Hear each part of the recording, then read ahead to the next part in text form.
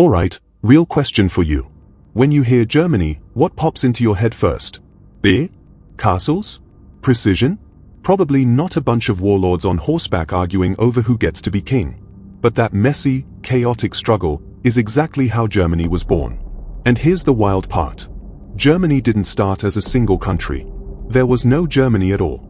There were tribes, rivals, blood feuds, broken alliances, and a few extremely ambitious men who decided, yeah, I should rule all of this.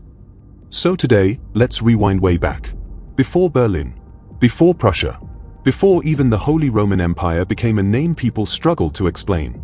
This is the story of the first kings of Germany, how they rose, how they ruled, and how they accidentally created a kingdom that would shape Europe for 1,000 years. And fair warning, if you like power struggles, betrayals, and moments where history could have gone completely wrong, you're going to want to stay till the end. Picture Europe around the year 900. The Carolingian Empire, built by Charlemagne, is collapsing. And when big empires fall, they don't fall quietly. They fracture. What's left in the east is a rough collection of territories that will later become Germany. Saxony, Bavaria, Swabia, Franconia, Lotharingia, each one ruled by a powerful duke. Each one convinced they should be in charge. There's no strong central authority. No real unity. Just a lot of armed men with big egos. And to make things worse, Vikings are raiding from the north. Hungarian horsemen are storming in from the east. Villages are burning. People are desperate for leadership. That's when Conrad I becomes king in 911. On paper, he's the first king of Germany. In reality, he's more like a crisis manager. Conrad isn't from the old royal bloodline, so the dukes barely respect him. They cooperate when it suits them, rebel when it doesn't. Most of his reign is spent chasing uprisings and trying to keep the kingdom from tearing itself apart. And Conrad realizes something brutally honest.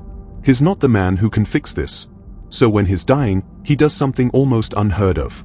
He tells the nobles not to choose his family, but to choose his rival, Henry of Saxony. That single decision sets Germany on a completely new path. Henry becomes king in 919, and right away, you can tell he thinks differently. He doesn't try to dominate the dukes. He works with them. He lets them keep their power, but slowly weaves them into something bigger. A shared kingdom. But don't mistake calm for weakness. The Hungarians are still raiding deep into German lands. Fast. Ruthless. Unstoppable. At first, Henry pays them off. Not out of fear, but strategy. He uses the time to build fortresses, train cavalry, and harden his defenses. Then, in 933, he fights back. At the Battle of Riade, Henry smashes the Hungarian forces. It's a turning point. For the first time, these terrifying raiders are defeated. And suddenly, Henry isn't just a king. He's a protector. Now, quick pause right here. If you're enjoying this kind of deep, cinematic history, the kind that feels like a story instead of a textbook, this is exactly what this channel is about. These early kings, lost empires, forgotten battles, they don't get talked about enough. So if you want more stories like this, hit subscribe now.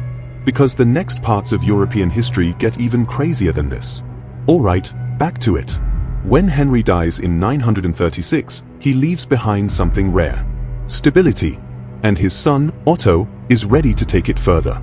Otto the Great doesn't ease into power. He announces himself.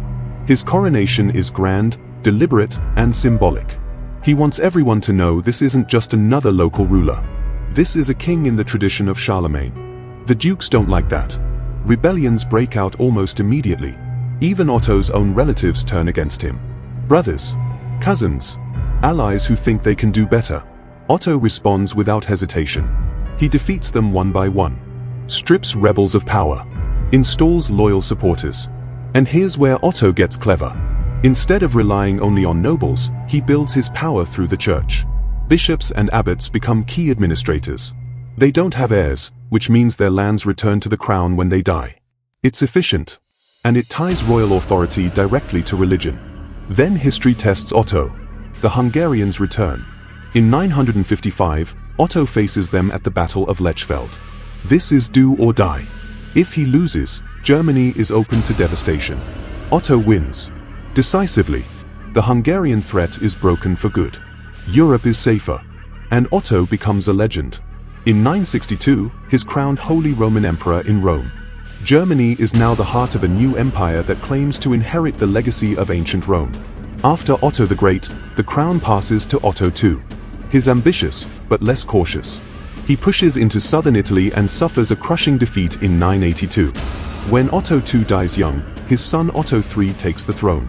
And Otto III dreams big. Almost too big. He wants to revive the Roman Empire fully. Rome as the capital. A universal Christian empire. The problem is, Germany needs attention. And Otto III spends most of his reign chasing ideals abroad.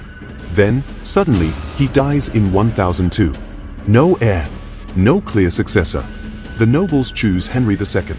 A serious, disciplined ruler who leans heavily on the church to stabilize the empire. His reign is orderly, controlled, and deeply religious. When Henry II dies without children, the royal line ends again. Once more, Germany faces its eternal question. Who should rule? Conrad II is chosen, founding the Saline dynasty. And under his successors, the German kings become more powerful. And more confrontational. Especially with the papacy. The kings believe they should appoint bishops. The popes strongly disagree. This conflict explodes under Henry IV. Excommunicated, abandoned by allies, Henry is forced to stand barefoot in the snow at Canossa, begging the Pope for forgiveness. The most powerful man in Germany. Publicly humiliated. Henry eventually fights back and regains control, but the balance of power is changed forever. From this point on, German kings rule, but never absolutely. They negotiate. They compromise. They maneuver between nobles and church leaders. And that's the legacy of the first kings of Germany. They didn't create a simple nation. They created a complex system that shaped Europe for centuries. Messy, unstable, brilliant.